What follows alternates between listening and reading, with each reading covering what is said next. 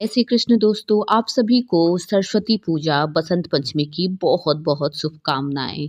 इस बार सरस्वती पूजा जो है वे 23 जनवरी दिन शुक्रवार को 2026 में मनाई जाएगी। बात करें कि सरस्वती पूजा का शुभ मुहूर्त क्या होगा, तो देखिए दोस्तों, प्रातःकाल 7:13 से लेकर के दोपहर के 12:33 तक आप सरस्वती पूजा कर सकते हैं। पूजा का ये शुभ मुहूर्त है। आज की वीडियो में हम जानेंगे कि सरस्वती पूजा के अवसर पर सरस्वती माता की पूजा में कौन कौन सी सामग्री लगेगी। यहाँ पर जो मैं आपको सामग्री के बारे में बता रही हूँ वो बहुत ही बेसिक सामग्री है। इनके बिना आपकी पूजा अधूरी रह सकती है। बाकी आप सामग्री को बढ़ा भी सकते हैं, जैसे कि आप जो भोग लगाएंगे उसके प्रकार को बढ़ा सकते हैं, माता के श्रृंगार के सामान को बढ़ा सकते हैं, पुष्प का जो प्रकार है उसे भी बढ़ा सकते हैं। तो चलिए जानते हैं कौन कौन सी बेसिक सामग्री लगेगी। तो एक पाटा ले लीजिएगा जिसपे कि आप सरस्वती माता की पूजा करेंगे सरस्वती पूजा के दिन। उसके बाद आप माता का इस प्रकार का छवि ले लीजिएगा। छवि है तो छवि, विग्रह है तो विग्रह, जिसकी भी आप पूजा करते हैं वो ले लीजिएगा। बहुत से लोग आज के दिन मिट्टी की सरस्वती माता को लाते हैं, पूजा करते हैं और उसे अगले दिन उसका विसर्जन करते हैं। तो जैसी आपकी इच्छा हो आप वो ले लीजिएगा। यहाँ पर भगवान श्री गणेश को जरूर से शामिल करिएगा, क्योंकि बिना भगवान श्री गणेश के कोई भी पूजा अधूरी मानी जाती है। इसलिए भगवान श्री गणेश को अवश्य से शामिल करिएगा। उसके बाद पीले रंग के वस्त्र जो होंगे, जो माता को चढ़ाने के लिए, आप अगर पीले वस्त्र नहीं है आपके पास तो आप लाल वस्त्र भी ले सकते हैं, लेकिन पीले वस्त्र जो हैं वो माता को अति प्रिय हैं। आप चाहें तो सफ़ेद वस्त्र भी ले सकते हैं, माता को सफ़ेद वस्त्र भी अति प्रिय हैं। तो वस्त्र जरूर से शामिल करिएगा। उसके बाद कलश स्थापना के लिए कलश जरूर से ले लीजिएगा। बहुत से लोग इस दिन कलश स्थापना करते हैं, अगर आप नहीं करते हैं तो आप स्किप भी कर सकते हैं। उसके बाद उसमें 5 पल्लव जो होंगे आम के, 5, 7, 9, 11 की संख्या में ले सकते हैं। आम के पल्लव नहीं मिले तो आप अशोका के पत्ते भी ले सकते हैं। उसके बाद कलश में डालने के लिए ये सारी सामग्री, सिक्का, सुपारी, लौंग, इलायची, हल्दी की गांठ अवश्य से ले लीजिएगा। हल्दी की गांठ अगर नहीं मिल पा रही है तो आप हल्दी का पाउडर भी डाल सकते हैं। इत्र की खुशबू से माता सरस्वती, भगवान श्री गणेश अति शीघ्र प्रसन्न होते हैं।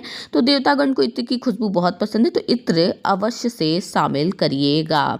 उसके बाद एक कलश जरूर से लीजिएगा जिसमें कि जल भर करके हम रखेंगे, जिससे कि हम पूजा सुनेंगे या माता सरस्वती का हम लोग कथा भी सुनेंगे, तो उस जल में पुष्प डालने के लिए वो अवश्य से शामिल करिएगा। उसके बाद यहाँ पर दीपक प्रज्वलित करने के लिए दीपक ले लीजिएगा। दीपक जो हो शुद्ध घी का हो या फिर आप तिल के तेल का भी दीपक प्रज्वलित कर सकते हैं। उसके बाद वस्त्र स्वरूपी कलावा समर्पित करने के लिए कलावा अवश्य से ले लीजिएगा। साथ ही भगवान श्री गणेश जी के लिए जनेऊ अवश्य से शामिल करिएगा। उसके बाद आज के दिन बहुत से लोग कुमकुम लगाते हैं, गुलाल, अबीर, जो भी चीज़ें हैं माता को लगाते हैं वो सारी चीज़ें ज़रूर से लीजिएगा, जिसमें कि सिंदूर हो, कुमकुम हो, रोली हो, साथ में गुलाल अगर मिल जाता है तो गुलाल अवश्य से शामिल करिएगा। गुलाल जो है लाल भी ले सकते हैं, गुलाबी रंग के भी गुलाल ले सकते हैं। उसके बाद चंदन जो है वो अवश्य से माता सरस्वती को अर्पित करिएगा, तो चंदन अवश्य से शामिल करिएगा। उसके बाद जब हम माता की पूजा के अंत में आरती करेंगे तो आरती के लिए कपूर अवश्य से शामिल करिएगा, कपूर अवश्य से ले लीजिएगा। उसके बाद धूप जरूर से प्रज्वलित करेंगे। धूप के से माता बहुत ही प्रसन्न होती है और धूप से वातावरण भी बहुत सुगंधित हो जाता है, तो धूप अवश्य से शामिल करिएगा।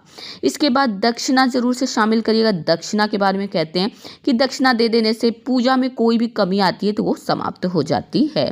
उसके बाद माता को आज के दिन हम श्रृंगार का सामान चढ़ाएंगे। श्रृंगार के सामान में आप कुछ भी ले सकते हैं, 1, 5 या फिर 7 या फिर 11 की संख्या में आप माता को श्रृंगार का सामान चढ़ा सकते हैं, जिससे कि माता बहुत प्रसन्न होती हैं। उसके बाद आप जो भी भोग प्रसाद चढ़ाएंगे, बहुत से लोग आज के दिन खीर चढ़ाते हैं केसर वाली, तो आप खीर बना लीजिएगा माता के लिए, या फिर हमारे यहाँ चूड़ा और साथ में मुकुंदाना का भोग लगता है माता को, तो आपको अगर जिसके यहाँ क्षेत्र के हिसाब से जो भी लगता हो, बेर या फिर पीले रंग के जो भी खाद्य पदार्थ हैं उनका भोग माता को लगाइएगा, या फिर सफ़ेद रंग के भी खाद्य पदार्थ का भोग आप माता को लगाइएगा। तो जिसका जैसा जो हो क्षेत्र के हिसाब से वे आप अवश्य से शामिल करिएगा। इसके बाद माचिस, जिससे कि हम दीपक प्रज्वलित करेंगे, तो माचिस को अवश्य से शामिल करिएगा। इसके बाद हम आगे बढ़ते हैं माता के पूजा के लिए। यहाँ पर आचमन करने के लिए पात्र जल से भरा हुआ जरूर से ले लीजिएगा, क्योंकि आचमन बहुत ही आवश्यक होता है, जिससे कि मन और तन दोनों शुद्ध होते होता है तो पूजा की शुरुआत में ही आचमन करना रहता है। इसके बाद जो भी पुस्तक आप चढ़ाना चाहें वो पुस्तक ले लीजिए। पुस्तक के पश्चात बहुत से लोग इस दिन वाद्य यंत्र चढ़ाते हैं। अगर वे वाद्य यंत्र का प्रयोग करते हैं, वाद्य यंत्र बजाते हैं, तो वे माता को जरूर चढ़ाते हैं, जिससे कि माता का आशीर्वाद उस वाद्य यंत्र पर बना रहे। तो अगर आप वाद्य यंत्र का प्रयोग करते हैं तो वाद्य यंत्र भी अवश्य ही चढ़ा दीजिएगा। उसके बाद आज के दिन माता को पुष्प चढ़ाते हैं। पुष्प से माता बहुत ही प्रसन्न होती हैं। तो आप पीले रंग के पुष्प मिले, सफ़ेद रंग के पुष्प मिले तो वो अवश्य से ले लीजिएगा। बहुत से लोग सरसों का पुष्प भी माता को चढ़ाते हैं, तो वो अगर मिल जाए तो बहुत ही अच्छा है। साथ ही भगवान श्री गणेश जी के लिए दुर्वा अवश्य से लीजिएगा। दुर्वा से भगवान श्री गणेश बहुत ही प्रसन्न होते हैं। इसके साथ ही यहाँ पर मैंने आपको सारी चीज़ें बता दी हैं कि आपको सरस्वती पूजा में कौन कौन सी बेसिक सामग्री लगेगी, जिनके बिना आपकी पूजा अधूरी रह सकती। तो देखिए फ्रेंड्स, ये बहुत ही बेसिक सामग्री है, इनके बिना आपकी पूजा अधूरी रह सकती है। बाकी आप पूजा की सामग्री को बढ़ा भी सकते हैं, उसके प्रकार को बढ़ा सकते हैं, पुष्प के प्रकार को, भोग के प्रकार को, माता के श्रृंगार के प्रकार को, सब चीज़ को आप बढ़ा सकते हैं। नेक्स्ट वीडियो में हम जानेंगे कि सरस्वती पूजा के अवसर पर माता सरस्वती का विधिवत तरीके से पूजा कैसे किया जाए। तो प्लीज़ दोस्तों मेरे साथ बने रहिए। आशा करती हूँ आपको मेरा ये वीडियो पसंद आया होगा। अगर मेरा ये वीडियो आपको पसंद आया होगा, जरा भी हेल्पफुल लगा होगा, तो प्लीज़ दोस्तों मेरे चैनल को लाइक करें, सब्सक्राइब करें। जय श्री कृष्ण आप सभी को। जय सरस्वती माता की।